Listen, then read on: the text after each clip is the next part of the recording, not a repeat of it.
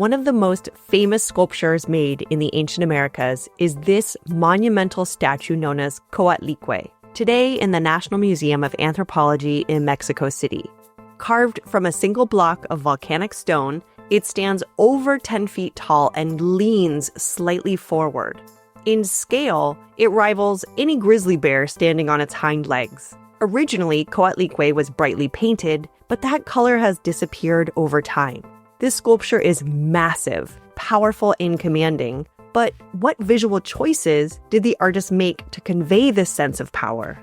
To explore that, we'll focus on formal analysis, or visual analysis, of Coatlicue, examining the sculpture's visual qualities, such as its lines, shapes, textures, color, spatial qualities, and overall composition. Because this is a visual analysis, it means I'm not discussing the subject matter or symbols, or how the sculpture functioned or where it once stood. Those are different types of analysis for another video or perhaps two. At first glance, the statue is overwhelming and imposing. In the museum, it stands atop a plinth, towering over viewers. The figure is carved in the round, meaning it's meant to be seen from all sides. And it's covered in intricate details, best appreciated by walking around it. From the front, it's symmetrical, or perfectly balanced along a central vertical axis.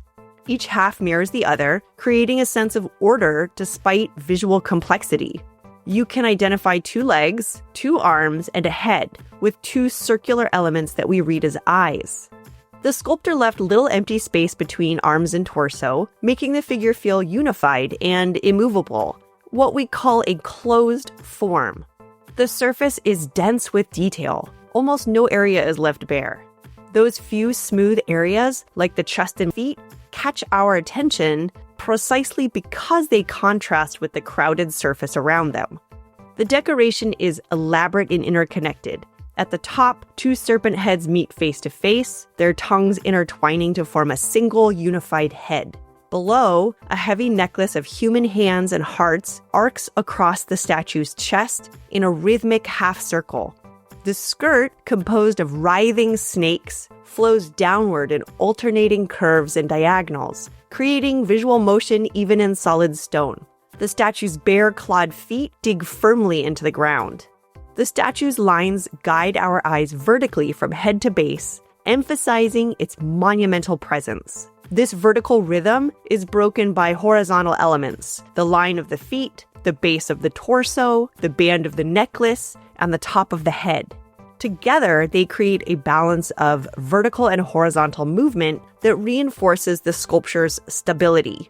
The sweeping U-shape of the necklace and the head's bifurcated tongue introduce curved motion, while the diagonals in the skirt add energy and rhythm to the otherwise solid form.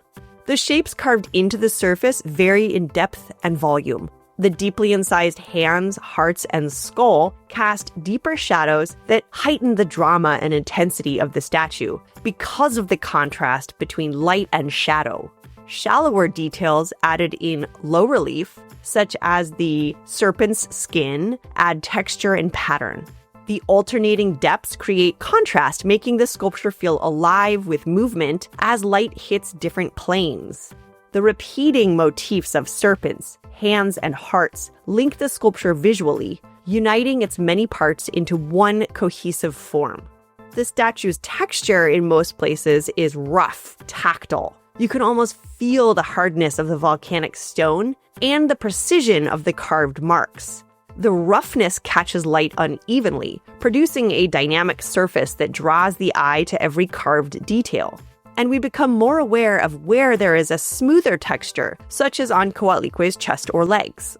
Taken together, these formal elements, again, line, texture, shape, mass, and composition, work together to create a feeling of immense weight, power, and awe. The symmetry provides structure and order, while the dense surface details introduce tension and energy. The rare, smooth surfaces offer moments of visual rest, emphasizing the contrast between calm and implied movement. The repetition of serpentine shapes unifies the design, while the vertical solidity keeps the form grounded. The sculpture feels alive, yet unyielding, an immovable presence brimming with motion.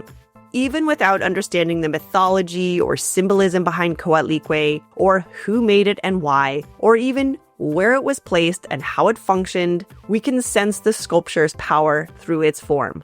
This is the significance of formal analysis.